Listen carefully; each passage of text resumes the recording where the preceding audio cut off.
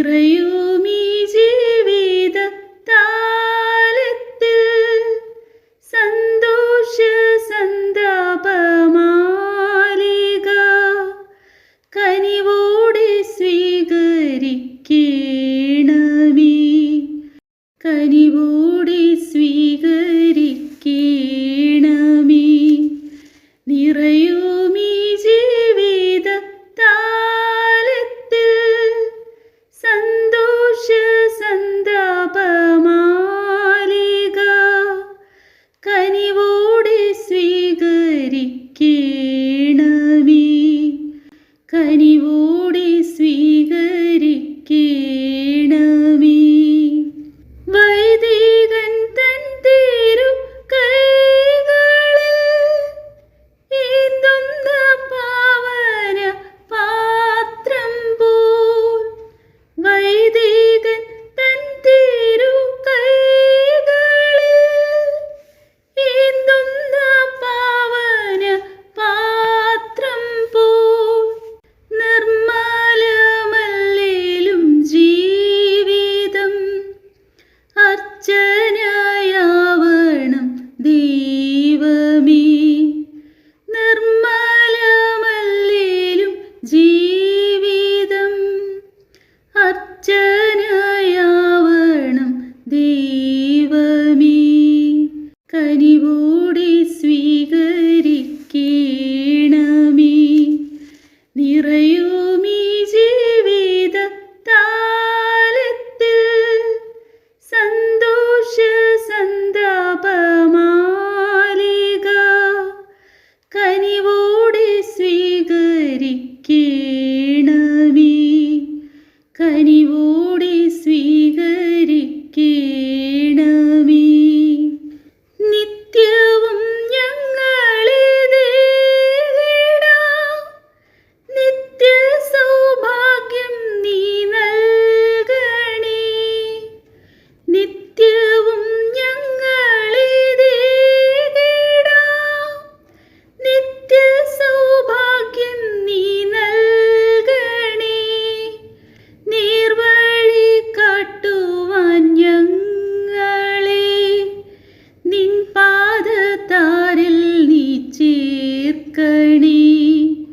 നേർവഴി കാട്ടുവാൻ ഞങ്ങളെ നിൻ പാദതാരിൽ നീ ചേർക്കണേ, കനിവോടെ സ്വീകരിക്കണമേ. നിറയുമീ ജീവിത താലത്തിൽ സന്തോഷ സന്താപമാലിക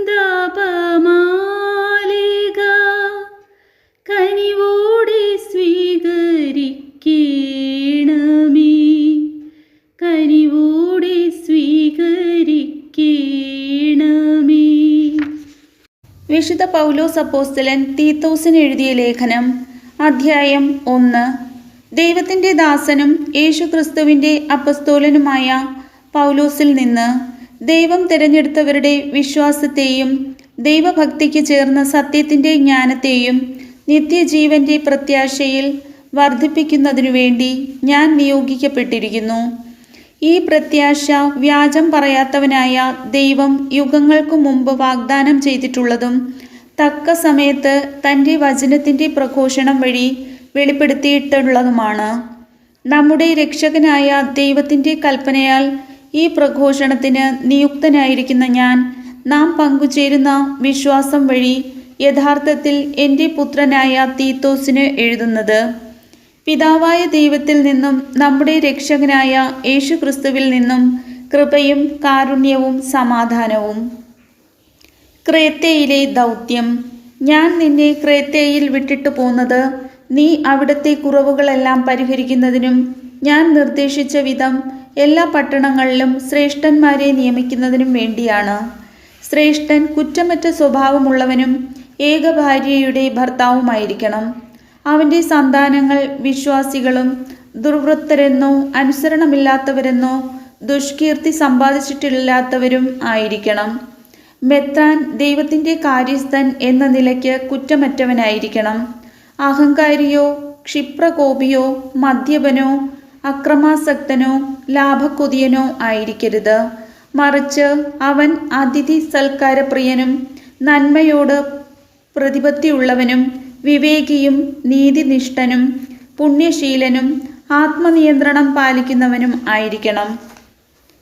അന്യൂനമായ വിശ്വാസ സംഹിതയിൽ പ്രബോധനം നൽകാനും അതിനെ എതിർക്കുന്നവരിൽ ബോധ്യം ജനിപ്പിക്കാനും കഴിയേണ്ടതിന് അവൻ താൻ പഠിച്ചെറിഞ്ഞ സത്യവചനത്തെ മുറുകെ പിടിക്കണം.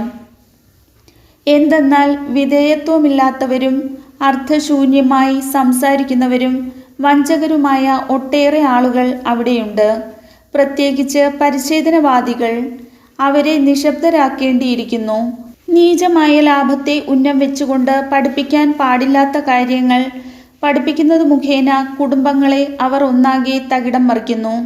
അവരുടെ കൂട്ടത്തിൽ ഒരാൾ, അവരുടെ തന്നെ ഒരു പ്രവാചകൻ, ഇപ്രകാരം പറയുകയുണ്ടായി: ക്രേത്തയിലെ ആളുകൾ എല്ലായ്പ്പോഴും നുണയരും ദുഷ്ടമൃഗങ്ങളും അലസരും ഭോജനപ്രിയരുമാണ്. ഈ പ്രസ്താവം സത്യമാണ്.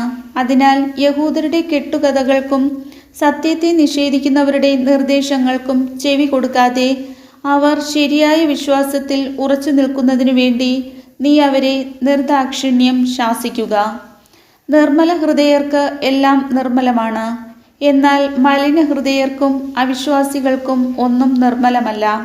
അവരുടെ ഹൃദയവും മനസാക്ഷിയും ദുഷിച്ചതാണ്.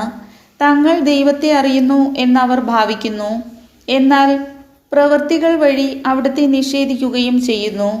അവർ വെറുക്കപ്പെടേണ്ടവരും അനുസരണമില്ലാത്തവരും ഒരു സൽപ്രവൃത്തിക്കും കഴിവില്ലാത്തവരുമാണ്. കർത്താവിൻ്റെ വചനം.